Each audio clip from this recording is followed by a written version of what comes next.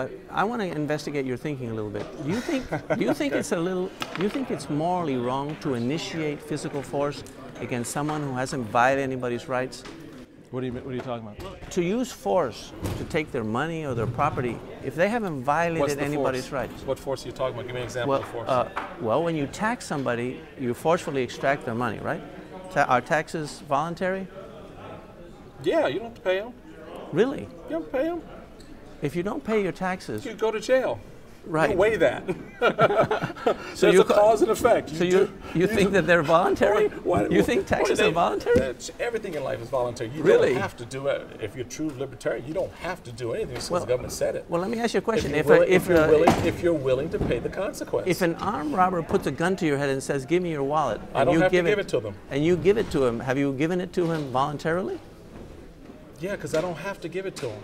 Isn't the distinction? You're making the assumption that because you put me in a situation that you define as one that I have to do something. Yeah, you could put in jail or a bullet through my head. I don't have to do it if I'm willing to live with the consequence. Doesn't voluntary mean that you take the action and there is no penalty for not taking it? You can do it freely. Okay. So if you're going to get a bullet in your head and you say that's voluntary, I don't see really. That's your choice. That's your choice. You really call that voluntary? Why wouldn't it be? Well, voluntary. Who says you have to do it? Just because you want to live. That's why. Then that's a choice you make.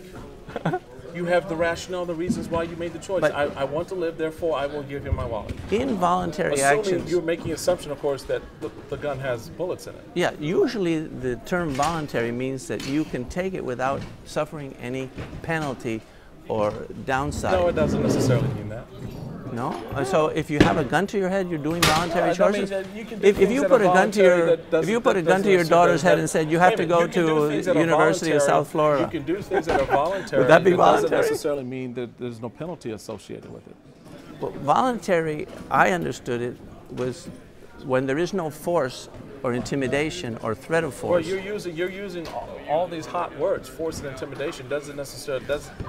The opposite of force and intimidation is not necessarily voluntary. But you agree that it is forceful, the extraction of the taxes. No, I don't agree with that. No, I don't. Oh, it's not forceful. No, I don't agree. If you don't pay, the government won't use force. Pay their taxes. There are a lot of people who go to jail for not paying their taxes. And the government will do what? Right? Am I right? Am I right? Okay, I just want to know that. A lot of people voluntarily say, you know what, I'm not paying. But so you would say that they're free not to pay? Sure they are. But they suffer a consequence. Of course. But that's the difference between the voluntary and the non-voluntary. It's your choice. Why are you having a hard time with this? Because people understand that there is a big difference between taking an action or a decision when there is a threat of force and taking one when there is no threat of force. Okay. Two different situations. So would you agree? How do we finish this? Because I don't know where we're going here. Well, I'm just trying to examine your ethical underpinnings and find out if you are committed not to use force against somebody else in order who hasn't violated anybody's rights. That's the issue. I know you're a moral man, and I know you take these issues seriously. I do. So the issue that I'm raising is to do with the presidential race. Well, starting the use of force against someone who hasn't violated anybody's rights is morally wrong. That's why we put robbers in jail. Okay. Because they're doing something morally wrong. Right. So they made a choice. The government should not. They made a choice. They made a choice to rob, and they suffered the consequences. So where is the problem? Well, they didn't have to rob. No one forced them to rob. That's a choice that we put people in jail for. Right. But I'm saying that all choices are not the same. Okay. If you give somebody money because they put a gun to your head, it's different than if you give it voluntarily out of the goodness of your heart. That's right. Okay. So it is quite different, isn't it? Yeah, sure there's a difference. But you still make a choice. That's my only point. You make a choice. Whether you have a gun to your head or not, you make a choice.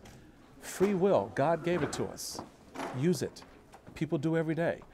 And just because the government writes a law or there's a rule doesn't mean I have to do what that law or that rule says. I have free will.